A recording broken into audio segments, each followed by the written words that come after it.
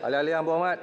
Alhamdulillah selesai sudah pembentangan bagi rang undang-undang perbekalan 2023 ataupun lebih dikenali dengan bajet 2023. InsyaAllah semoga dipermudahkan urusan untuk perbahasan rang undang-undang perbekalan 2023 ataupun bajet 2023 yang akan berlangsung nanti. Mari kita berikan tumpuan kepada apakah antara rangkuman dan juga tumpuan dalam bajet 2023 yang mana kita boleh gambarkan pada ketika ini membawa tema keluarga Malaysia makmur bersama, yang mana ia memberi juga elemen-elemen responsif, bertanggungjawab dan juga perkara berkenaan tentang reformis. Jadi berikan tumpuan kepada angka yang telah pun disebutkan di dalam pembentangan bajet 2023 untuk kita tunjukkan dan kita kongsikan bersama dengan anda. Itu dia keluarga Malaysia makmur bersama, dibawakan temanya bertepatan dengan tema dan juga gagasan idea keluarga Malaysia. Seterusnya, jumlah yang telah pun diperuntukkan dalam pembentangan bajet 2023 kali ini adalah bernilai sebanyak boleh dikongsikan 372.3 bilion ringgit dan juga dibahagikan kepada perbelanjaan pembangunan, pembelanjaan mengurus dan juga untuk simpanan luar jangka dan juga perbelanjaan bagi COVID-19. Itu dia kalau boleh kita kongsikan bersama dengan anda pada ketika ini 4 aspek perbelanjaan yang ditumpukan dalam bajet 2023. Dan kita beralih kepada tumpuan yang seterusnya. Kita nak memberikan gambaran ini yang cukup menarik dan juga bertepatan dengan situasi pada ketika ini, iaitu bantuan musim tengkujuh yang melibatkan ratusan juta ringgit. Jadi ini digambarkan sebagai salah satu daripada bantuan yang bertepatan dengan situasi yang bakal dialami oleh negara selepas ini. Dan kita melihatkan juga kepada bantuan keluarga Malaysia ataupun BKM yang telah diperuntukkan sebanyak 8.7 juta penerima dengan jumlah peruntukan sebanyak 7.8 bilion ringgit. Jadi itu mungkin merupakan antara penumpuan dan juga rangkuman yang boleh kita bawakan bersama dengan anda. Hanya sebahagian kecil, tetapi banyak lagi penumpuan yang boleh digambarkan dan juga boleh anda muat turun bagi pembentangan bajet 2023 di laman sesawang yang telah disebutkan seketika tadi. Baik, kita nak berehat seketika dan kita akan kembali selepas ini untuk kita bersama dengan Terence dan juga Hazel meneruskan perbincangan dan apakah analisis untuk bajet 2023. Silakan Hazel dan juga Terence.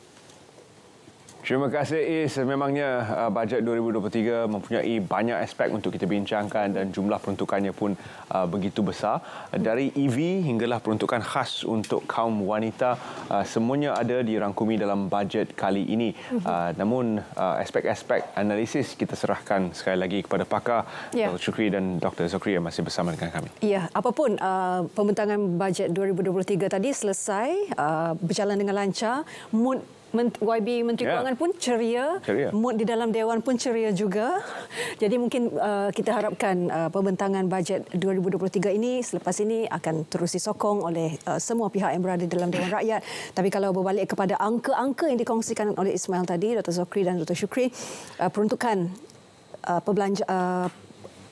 peruntukan yang 40.2 bilion ringgit lebih tinggi berbanding dengan tahun lepas. Ini peningkatan yang cukup ketara.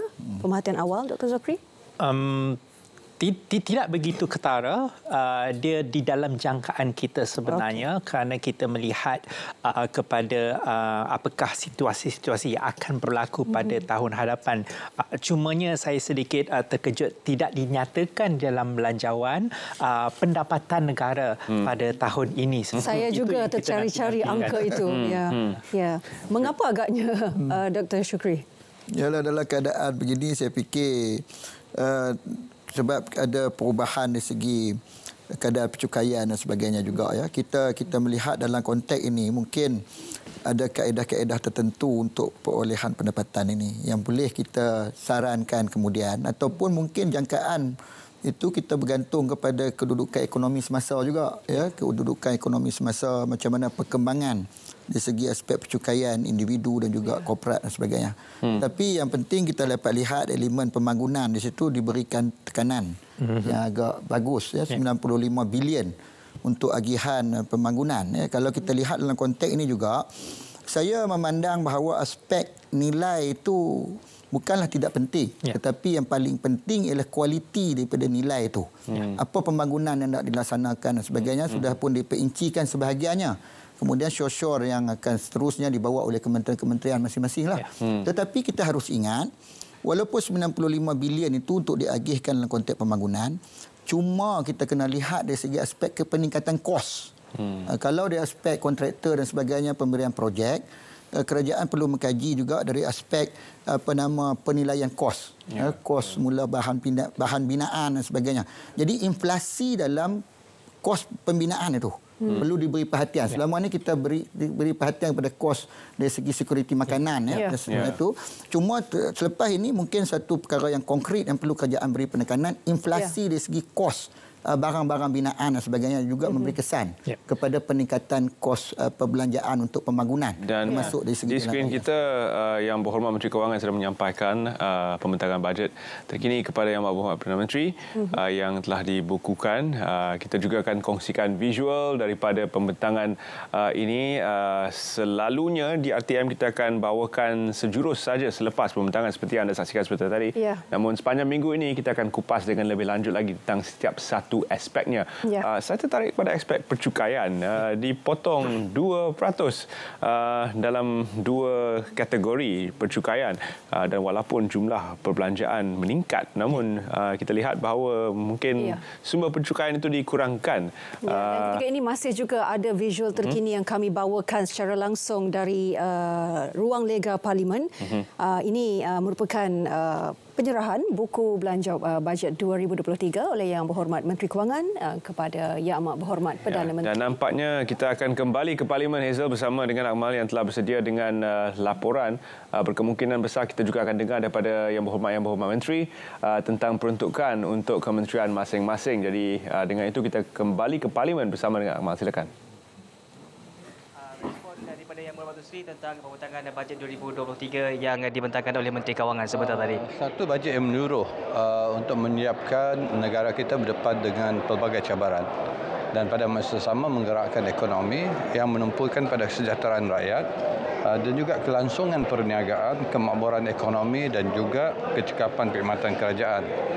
Untuk Kementerian Kerja Raya misalnya, peruntukan kita tambah. Kalau saya bandingkanlah, kita menerima setahun ini 8.136 bilion. Ini untuk keseluruhan. Tahun lepas hanya 7 bilion. Dan untuk mengurus 865 juta lebih, manakala untuk pembangunan 7.3 bilion ringgit. Yang mana menumpukan pada bukan saja untuk projek-projek mega seperti Pen Borneo dan sebagainya, tapi juga jalan-jalan di lain dan juga pembangunan yang lebih menariknya, pembangunan di sempadan negara. Di sebelah Kelantan dengan Thailand, di sebelah Kalimantan, di antara Sabah, Sarawak dan sebagainya yang diberi tumpuan untuk pembangunan sempadan negara. Jadi ini merupakan satu perkembangan yang fokusnya ialah untuk kita menyiapsiagakan negara kita supaya mampu bersaing dan memakmurkan negara kita dan rakyat kita dengan membina melalui infra rakyat. Itu yang saya lihatlah. Terima kasih kepada Menteri Kewangan kita dan Perdana Menteri. Baik, manfaat yang semestinya memberikan satu kemaslahatan serta kesejahteraan kepada keluarga Malaysia. Dan kalau kita lihat dari segi manfaat juga kepada masyarakat di Borneo dan di Semenanjung Malaysia dengan bajet yang diperuntukkan untuk Jabatan Kerja Raya serta pengangkutan dan juga sebagainya. Dan kalau kita melihat kepada pada masa akan datang pula, bagaimana manfaat yang diberikan kepada seluruh keluarga Malaysia? Dalam konteks kementerian ialah infra. Bila infra ini dapat dipertingkatkan, maka kesaling hubungan akan menjadi satu perkara yang lebih baik. Dan sudah itu memudahkan pergerakan orang, memudahkan pergerakan services dan juga ekonomi. Dan sudah pasti ianya akan dapat meningkatkan dan memakmurkan rakyat itu sendiri dari segi kegiatan ekonomi, kelangsungan dari segi sosial dan sebagainya. Sebab itu saya melihat bahawa fokus kali ini agak menyeluruh dan kita memberi komitmen, insya-Allah kalau diberi peluang kita akan menumpukan untuk meningkatkan perkhidmatan kita. Salah satu fokus yang ditumpukan dalam bajet kali ini. Baik, terima kasih kita ucapkan kepada Yang Berhormat Datuk Seri Haji Fadilah bin Yusof, Menteri Kanan Kerja Raya, dan juga respon yang diberikan sebentar tadi, dan itulah yang dikatakan sebagai kemakmuran untuk keluarga Malaysia dan juga kesaling hubungan jalan raya itu memberikan satu kemudahan yang terbaik kepada rakyat Malaysia, tidak kiralah sama ada yang berada di pedalaman ataupun yang berada di bandar sekalipun. Dan ini yang memberikan satu lagi kesejahteraan kesejahteraan kepada keseluruhan rakyat Malaysia. Dan seterusnya kita akan bersama-sama juga dengan Yang Berhormat Datuk Seri Insinyur Dr. Wee Ka Siong, Menteri Pengangkutan, untuk kita dapatkan apakah respon daripada pembentangan bajet 2023 yang telah pun dibentangkan oleh Yang Berhormat Senator Tengku Datuk Seri Utama Zafrul bin Tengku Abdul Aziz. Dan juga sekali lagi untuk kita bersama-sama dengan Yang Berhormat Datuk Seri Utama Haji Mukris Tun Dr. Mahathir, Ahli Parlimen Jelun. Assalamualaikum Datuk Seri. Ya, apa khabar? Baik, alhamdulillah. Jadi Datuk Seri, bagaimana respon Datuk Seri dengan pembentangan bajet 2023 yang telah dibentangkan oleh Menteri Kewangan untuk kesejahteraan keluarga Malaysia? Saya dapati bahawa jumlahnya memang meningkat berbanding dengan tahun lepas. Tetapi tajuknya lebih kurang sama dari segi apa yang nak dibelanjakan, di mana nak dibelanjakan, cuma angka-angka tu yang meningkat. Jadi kita tengok daripada apa yang telah berlaku tahun lepas ialah soal pelaksanaan, ya, dan bagaimana ianya menepati dasar yang telah ditetapkan oleh kerajaan ini, dan bagaimana ianya akan membantu rakyat secara langsung. Ya. Baik, dan juga kalau kita lihat sebenarnya ini menjurus ataupun melihat kepada kesejahteraan keluarga Malaysia dan juga secara inklusif, secara keseluruhannya, responsif dan juga responsibel serta reformis. Kalau melihat kepada keadaan ketika ini ke fasa pemulihan negara untuk ke arah lebih ekonomi yang lebih maju, ekonomi yang lebih mampan, ekonomi yang berdaya saing. Jadi bagaimana pandangan Datuk Seri? Saya kira bahawa proses pemulihan itu masih lagi berjalan. Kita belum lagi lah pulih seperti mana pasca pandemik dulu. Walaupun begitu, ada petanda-petanda yang baik. Contohnya pelancongan dah mula buka, dah mula tumbuh secara rancak. Pelancong asing dah boleh masuk. Jadi insentif-insentif yang disediakan oleh kerajaan tentunya akan membantu dalam hal itu. Walaupun begitu, saya lihat bahawa rakyat Malhan, khususnya di peringkat industri kecil sederhana, mikro pun tadi ada disebut, mereka ni sangat-sangat mendambakan bantuan daripada kerajaan. Kerana dalam tempoh 2 tahun pandemik itu, mereka lah yang paling merasai keperitan hidup, pendapatan yang jatuh merudum, harga barang yang meningkat, ya. Jadi kalau mereka tidak diberi bantuan dalam tempoh yang awal ini, saya bimbang ia akan membantutkan peningkatan pendapatan mereka dan akan memberi kesan kepada ekonomi negara secara umumnya. Baik, terima kasih. Terima kasih kita ucapkan kepada Yang Berhormat Datuk Seri di atas pandangan yang diberikan untuk pembentangan bajet 2023. Dan juga saudara, itulah dia kalau kita lihat sebenarnya dari segi keseluruhannya, dari segi responsif dan responsibel itu yang diutamakan kepada seluruh keluarga Malaysia. Dan kita telah pun dapatkan daripada dua Yang Berhormat, dan juga kini saya bersama dengan Yang Berhormat Datuk Seri Insinyur Dr. Wee Ka Siong, Menteri Pengangkutan, untuk kita dapatkan respon pula.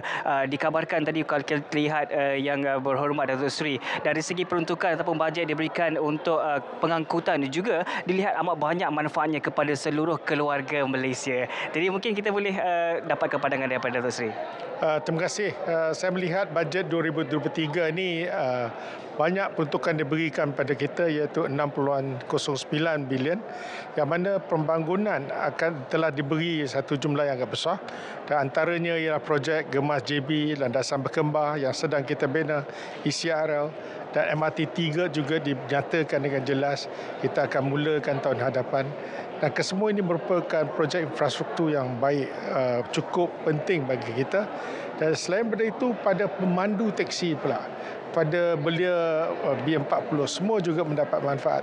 Kerajaan menanggung segala kos untuk dapatkan lesen teksi, dan juga termasuk juga mendapatkan PSV, dan di bawah program PSV itu banyak yang kerajaan akan tanggung. Dan pada waktu yang sama, kepada mereka nak dapat lesen B2 pun kerajaan tanggung untuk membantu B40. Ini antara perkara yang baik untuk melihat belia sekarang. Kebanyakan kalau mereka tak ada lesen pun mereka bawa. Tapi kali ini dengan ada inisiatif ni, kita akan galakkan dan ada pelindungan pula. Bagi mereka yang tadi Menteri Kewangan pun sebut SKSPS, di mana caruman untuk pekeso, ianya juga mendapat bantuan 80% daripada kerjaan. Jadi saya rasa ini satu cara yang baik untuk memberi perlindungan sosial kepada mereka yang berkecimpung menyokong dalam bidang ini. Dan selain dari itu, kalau untuk kawasan di luar bandar, kita lihat peruntukan 209 juta juga diberikan untuk Rural Air Services. Yang mana untuk perhubungan Sabah, Sarawak, kawasan pedalaman, itu juga kita tidak tinggalkan. Jadi ini agak seimbang. Dalam bandar raya kita dapat peruntukan dan untuk luar bandar pun kita dapat. Ya. Baik, dari segi saja secara keseluruhannya bajet 2023 ini memberikan manfaat yang bagaimana itu, Dato' Sri? Saya melihat ianya mencakupi semua strata, semua peringkat, segenap lapisan akan dapat, daripada orang muda, daripada bayi. Yang saya lihat kalau taska tadika itu pun kita bagi banyak potongan kepada ibu bapa, dan dari segi mereka yang berpendapatan sederhana atau rendah, mereka juga dapat potongan income tax atau cukai pendapatan individu 2%. SME juga dapat penurunan untuk 100,000 taxable income, mereka juga dapat 2% dari segi kadar yang diturunkan. Jadi saya rasa ini membantu SME juga. Untuk sektor perhotelan, mereka juga dapat manfaat. Dan kepada seperti mana yang saya katakan, penumpang, kalau kita melihat mereka yang menaiki 180,000 penumpang di dalam bandar, itu juga dapat untuk rail, MRT dan sebagainya. Baik, jadi kita terima kasih yang ucapkan kepada Yang Berhormat Dato' Sri Insinyur Dr. Wee Ka Siong di atas perkongsian sebentar tadi. Dan apa yang dapat kita lihat secara inklusif, bajet 2023 ini adalah untuk keseluruhan dan juga kesejahteraan keluarga Malaysia. Baik, kita akan kembali semula di Angkasa Puri dan kita akan mendapatkan semula di Parlimen ini untuk sidang media sebentar sahaja lagi. Kembali bersama dengan rakan pengacara di Angkasa Puri. Terima kasih Akmal, dan itu dia beberapa yang berhormat, ahli yang berhormat yang telah pun menyuarakan pendapat berkaitan dengan bajet 2023. Kita sambung perbincangan di studio dan kita sentuh kembali percukaian yang dikurangkan peratusannya lebih kurang sama, mengurangkan kadar cukai peribadi ini seperti apa yang dilakukan di United Kingdom, namun akhirnya terpaksa juga meningkatkan semula kadar itu. Adakah perkara sebegitu dijangka akan berlaku ataupun adakah 2% ni okey, cukup? Dari segi dasarnya kita melihat penurunan 2% ini kejayaannya apabila ia menumpukan kepada golongan bersasar ataupun golongan rentan. Ya. Golongan ini adalah golongan yang terjejas kerana pandemik dan masih belum pulih sepenuhnya. Jadi kerajaan sebenarnya menyahut baik seruan daripada polisi-polisi bagaimana mereka ini harus dikenal pasti dan diberikan ekosistem yang lengkap. Antaranya adalah potongan cukai. Ya, tidaklah semua, tetapi potongan cukai ini sebenarnya akan memudahkan mereka untuk kembali menjana ekonomi. Tetapi Terence, saya rasa yang menariknya antara perkataan yang saya dengar di dalam belanjawan tadi adalah bagaimana kerajaan akan memperkenalkan tax identification number. Maknanya dekat sini pelaksanaannya semakin efektif. Setiap antara kita, Terence, Hazel, saya dan Dr. Syuk akan diberikan TIN. Setiap kita akan mempunyai nombor cukai dan dari situ kerajaan boleh mengenal pasti sama ada kita ini dalam golongan rentan, berapa banyak peratusan cukai yang harus kita bayar ataupun yang dikecualikan. Jadi saya rasa kalau kita lihat penurunan cukai kepada golongan ini sebenarnya dijustifikasikan kerana mereka ini adalah golongan-golongan rentan yang diperlukan bagi memastikan mereka kembali pulih. Tapi pada masa yang sama juga kita melihat bagaimana individu-individu boleh memberikan cukai. Cumanya saya tidak perasan tadi sama ada peratusan cukai korporat itu dikekalkan kerana jangkaan saya dikekalkan. Dia tidak akan diturunkan tapi dikekalkan kepada 24%. Jadi saya menunggu juga mungkin saya terleka dan terlalai tetapi saya menunggu sama ada cukai korporat 24% itu disentuh oleh pembentangan Yang Berhormat Menteri Keuangan sebentar tadi. Ya, sebenarnya di peringkat awal pasca pembentangan ini banyak angka-angka yang perlu kita ambil masa untuk hadam satu persatu. Mungkin akan mengambil masa tempoh seminggu ini untuk betul-betul kita melihat dengan bahasa mudahlah, the devil is in the details. Detail-detail dalam setiap pembentangan yang dibentangkan oleh Yang Berhormat Menteri Kewangan tadi. Tetapi kalau boleh secara sekilas pandang, Dr. Shukri, apa inisiatif-inisiatif yang dibentangkan oleh Yang Berhormat Menteri Kewangan tadi, apa antara petanda yang menunjukkan kerajaan lebih bertanggungjawab dalam aspek perbelanjaan kewangan untuk bajet 2023? Kita melihat bahawa dalam konteks ini banyak tumpuan kepada aspek pembangunan manusia. Ya, kalau kita lihat dari aspek kesihatan, pendidikan, termasuk juga infra. Ya, keseluruhan penilaian bajet ni kita dapat lihat bahawa fokus utamanya ialah untuk memulihkan Malaysia kepada keadaan yang lebih stabil dari sudut ekonomi sebagainya. Kita kena faham bahawa sekiranya kita mempunyai rakyat, ya, dan juga sektor korporat yang mempunyai kapasiti membayar cukai yang lebih tinggi, maka itu adalah lebih baik kepada negara. Kita tak boleh melihat rakyat berada dalam kapasiti B, yakni B40, M40 saja. Kita mesti lonjakkan B40 itu dan kita kurangkan daripada B40 jadi B20 pada masa depan. Ini kena ada konsisten dalam bajet. Sebab bajet ni dia berangkai. Bajet ni mesti merangkumi rancangan Malaysia. 5 tahun. Rancangan jangka panjang. Wawasan kemakmuran bersama dan sebagainya.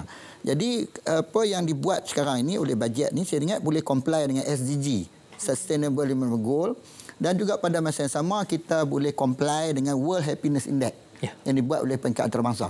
Kita tak boleh sewenang-wenangnya buat bajet mengikut kapasiti kita saja. Kita mengikut trend antarabangsa juga. Seperti mana saya sebut awal. Kita tengok Amerika Syarikat, kita tengok rakan serantau ASEAN dan sebagainya. Banyak elemen pencukaian juga kita kena ambil kira ASEAN. Ya, kita kena ambil kira negara-negara ASEAN plus 1, ASEAN plus 3 dan sebagainya. Termasuk juga kita dengan Europe dan sebagainya. Jadi peringkat Malaysia ni tidak merupakan negara yang isolated daripada negara-negara lain. Jadi bajet ni sangat sensitif sebenarnya. Kita dengar pembentangan Menteri Kewangan kita rasa mudahlah. Tetapi sebenarnya kalau kita tanya ke orang yang terlibat dengan pengubalan teks dan sebagainya itu di peringkat Kementerian Kewangan tu bermula daripada bulan Jun tu dah mula rancang.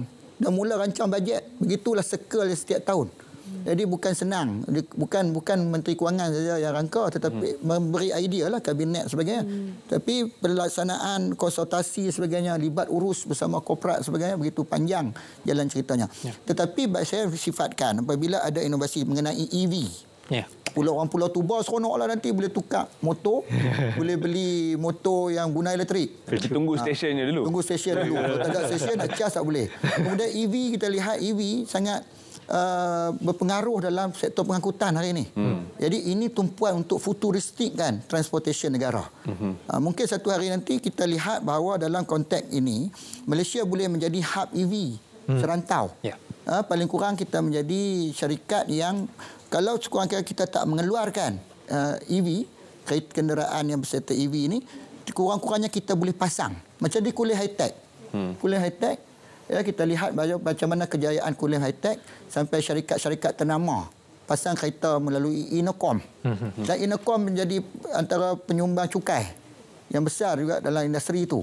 Jadi banyak benda yang boleh kita terokah, kita buat. Satu lagi sektor kesihatan. Kita lihat banyaklah kencing manis dan sebagainya diberi tumpuan, dibagi juga kupon dan sebagainya untuk tu. Buah pinggang. Antara penyakit yang sangat memerlukan tumpuan khusus kerajaan hari ini. Kita ada institut jantung. Hari ini tak dengar dah orang sakit jantung yang maksudnya macam tahun 80-an dulu, 90-an dulu apabila ada IJN, Institut Jantung Negara. Model IJN tu cukup baik kalau kita buat institut buah pinggang negara. Mungkin satu hari nanti kita menjadi sebuah negara yang champion dalam kita nak sebut industri perubatan buah pinggang ni dengar macam tak baguslah. Tapi ramai orang yang meninggal yang kena hemodialisis. Kena hemodialisis ni teruk. Setiap minggu nak berapa hari sekali nak kena hemodialisis sebagainya. Jadi tumpuan bajet kali ini 2023 ini boleh diimprovekan lagi melalui perbahasan-perbahasan ahli-ahli parlimen. Jadi apa yang dibuat pada hari ini adalah shore yang saya fikir adalah merupakan shore yang bersifat baik dan juga boleh memacu sebenarnya usaha-usaha untuk memfuturistikkan daya ekonomi negara pada masa depan. Selain daripada apa yang disebutkan oleh Dr. Syuk tadi, Dr. Zukri, ada lagi tanda lain? Ya? Saya melihat kebertanggungjawaban bajet 2023 ini melalui dua pendekatan utama. Pertamanya, dalam perenggan 33 Belanjawan Nasional disebutkan bagaimana kerajaan telah meningkatkan pendapatan garis kemiskinan negara kepada 1,169. Jadi kerajaan sebenarnya mengambil cakna tentang bagaimana kos yang semakin meningkat. Dr. Zukri, kita perlu mencelah seketika kerana kita perlu kembali ke ruang lega Parlimen untuk mengikuti sidang media di sana. Teruskan. Okey, ada soalan? Boleh saya bercakap sikit sebelum kita ini? Ken, boleh ya? Okey, terima kasih semua kerana hadir dalam sidang media ini ataupun press conference pada petang ini. Seperti yang diumumkan tadi, bajet 2023 bertemakan Keluarga Malaysia Teguh Bersama. Keluarga Malaysia Teguh Bersama.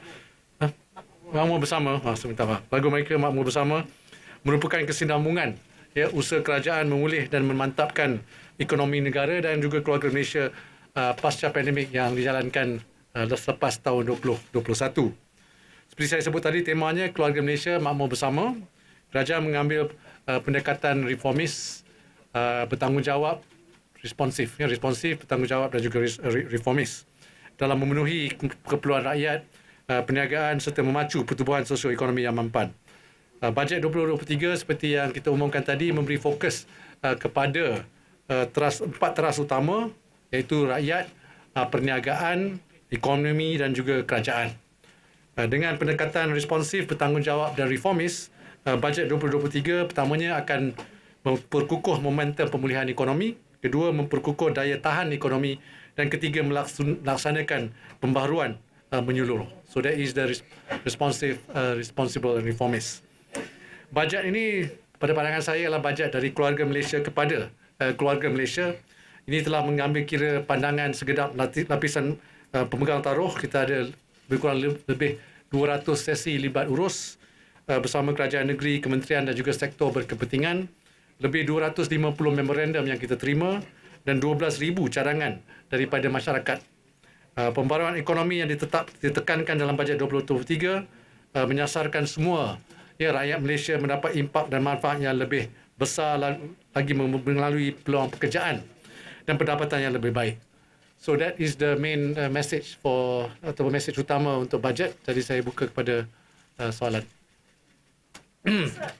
I wonder if you like to answer a political question because up until today, even the speculation on dissolution of parliament does not die down. So what if the budget table for second reading and then the entire process cannot be finished and call for election? What will happen then? Will it defeat the purpose of the entire preparation, and will you have to, or the next finance minister have to table again? Yep. So if you, basically that question should be posed to the Prime Minister. But in terms of what will happen is that, let me just make sure that it's quite clear so that you all understand the process, right? Because this has happened before in the year 1999. So if you refer back to what happened in 1999, there was a budget was presented. There was a dissolution in 1999. Then the budget was then presented again. So that was what will happen if there is a dissolution. But again, that question should be posed to the Prime Minister. Ya, jawapan yang saya rasa meyakinkan. Nampaknya kalau berlaku apa yang ditanya oleh wartawan sebentar tadi, kalau berlaku pembubaran parlimen, maka akan ada sekali lagi pembentangan bajet apabila tertubuhnya kerajaan yang baru. Dan ini bukannya tidak pernah berlaku, pernah berlaku. Kalau diikutkan sejarahnya tahun 1999. Dr. Syukri boleh mungkin berikan pencerahan. Ya, dulu kita pernah buat dah election sedemikian. Bila dibentangkan bajet. Kemudian dibubarkan parlimen tahun 1999 November diadakan pilihan raya pada waktu itu. Kalau zaman kita dulu ingatlah orang dulu ya. Jadi ini tak ada halangan pun sebab dari sudut tu boleh dikemukakan semula ke Parlimen dan dibahaskan oleh ahli-ahli Parlimen baru dan menteri-menteri yang barulah, menteri kabinet yang baru. Semua terpulang kepada Perdana Menteri dan juga anggota kabinet pada waktu tersebutlah. Tapi sudah banyak perangkaan, banyak percatuan, banyak kajian telah dilakukan untuk menghasilkan bajet yang ini. Jadi tidakkah terasa rugi jika tidak dibentangkan sahaja bajet ini untuk dibahaskan oleh ahli-ahli kekalkan kerajaan yang sedia ada lah. Dengan kedudukan parti pentadbir, parti pemerintah yang sama lah. Yang mana Menteri Kewangan juga daripada parti yang bentang. Itu kita kena serahkan kepada rakyat. Itu kepada rakyat lah. Tapi dari segi teknikalnya, itu pernah berlaku dan kemudian pada waktu itu Barisan Nasional kembali dengan two-third majority. Dan akhirnya bajet yang sama diguna pakai. Dan diguna pakai, diteruskan semula lah dengan konten yang sedia ada tu. Itu tidak jadi pertikaian lah dari segi ketika itu. zaman pada ketika Tun Dr. Mahathir Mohamad, Datuk Seri lah waktu itu Dr. Mahathir Mohamad. Jadi kita melihat bahawa perkara ini pernah berlaku. Jadi kita tidak perlulah terlalu gusar melihat pada keadaan yang mungkin tidak pernah berlaku di luar dugaan dan sebagainya. Tapi kita sudah tahu bahawa pernah berlaku, ada kepastian dan ada cara-cara di mana ia akan dilangsungkan. Tapi bagaimana ini sebenarnya akan menjejaskan sentimen pelabur, kerana pelabur menantikan kestabilan. Itu penting untuk mereka. Kalau mereka nak bawa duit masuk ke dalam negara tahun depan, mereka perlukan perkataan kestabilan. Pelabur akan mendapat gambaran awal di manakah fokus polisi dan dasar kerajaan pada tahun hadapan, dan sekiranya kerajaan yang sama membentangkan juga kekal menjadi kerajaan yang sedia ada, kita sudah mendapat gambaran ataupun bayangan bagaimanakah polisi itu akan diadakan semula. Dan sebenarnya untuk menjawab soalan ini, saya sekali lagi percaya atas dasar kebertanggungjawaban semua, atas dasar kebertanggungjawaban ahli-ahli MP yang akan dipilih pada PRU yang akan datang, sekiranya bajet ini adalah satu bajet yang objektif dan konstruktif, kita harus sokong dan kita harus menyatakan bahawa inilah satu bajet untuk negara kita. Kita bahas, kita bincang dan kita debat untuk menambah baik, tetapi kita tidak seharusnya mencantas falsafah-falsafah, pendapat-pendapat yang telah dibentangkan sebentar tadi oleh Yang Mohd Menteri Keuangan sekarang pada ketika ini. Ya, niatnya mahu membentangkan bajet yang responsif, bertanggungjawab dan reformis.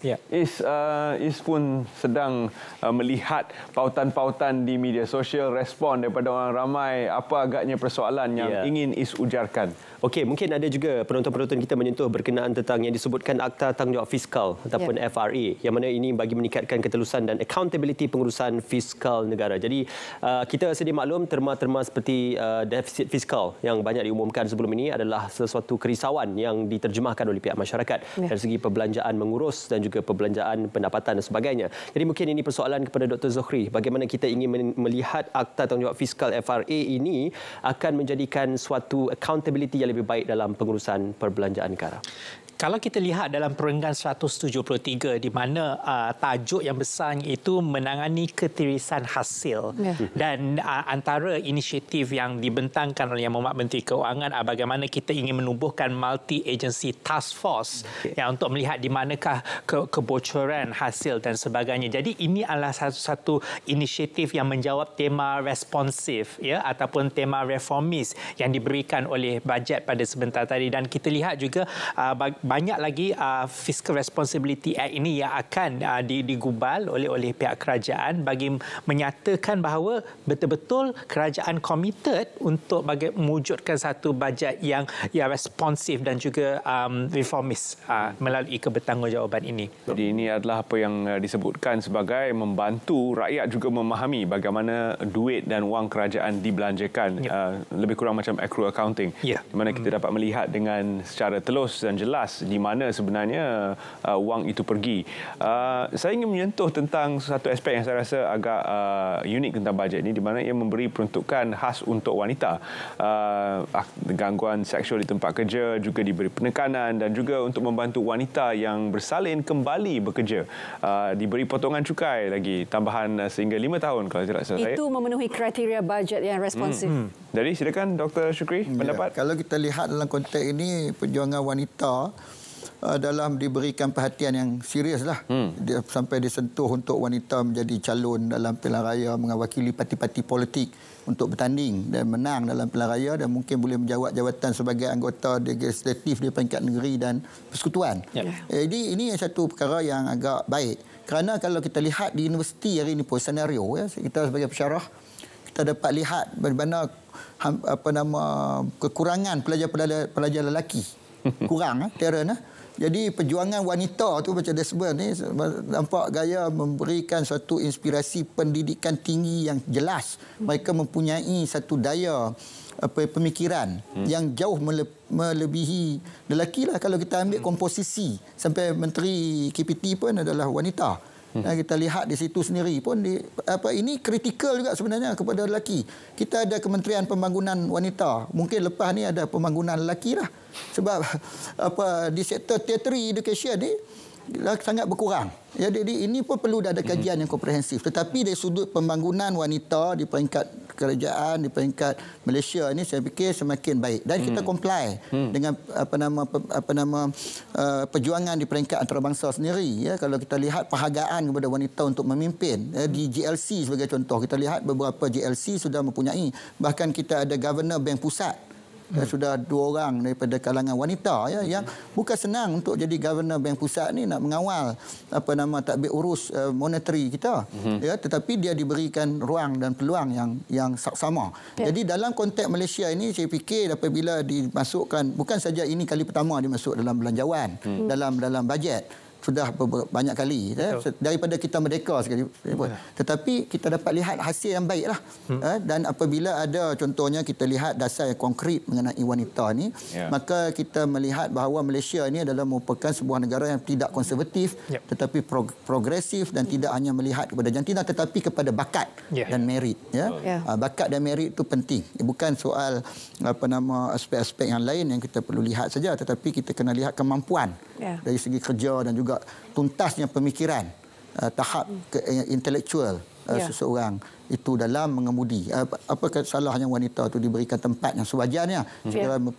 Mereka mempunyai kriteria yang baik untuk kita ketengahkan. Baik, saya hendak menjawab beberapa keraguan mungkin di luar sana yang melihat bahawa ada pelabur yang sudah pun meletakkan sebelah kaki mereka keluar dari Malaysia selepas mendengar pengumuman bajet 2023 hari ini. Apa mungkin antara pengumuman yang akan membuatkan pelabur ini U-turn untuk masuk semula ke dalam Malaysia?